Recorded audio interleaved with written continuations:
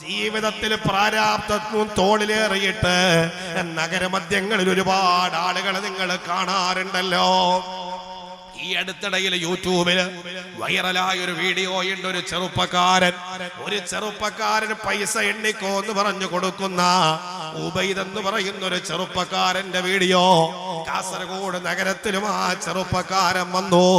പുതിയ ബസ് സ്റ്റാൻഡിനോട് ചേർന്നുള്ള പുതിയ ബസ് സ്റ്റാൻഡിനോട് ചേർന്നുള്ള പഴയ ബസ് സ്റ്റാൻഡിന്റെയും മിഡിൽ ഭാഗത്ത് സിറ്റി ഗോൾഡിനോട് ചേർന്നുള്ള സിഗ്നലില് ആ ചെറുപ്പക്കാരൻ അച്ചാറ് വിൽക്കുന്നൊരു കൊച്ചുകുട്ടിയുടെ കയ്യില് 200 നോട്ട് കൊടുത്തിട്ട് എണ്ണിക്കോ മോനെ എന്ന് പറയുന്നു.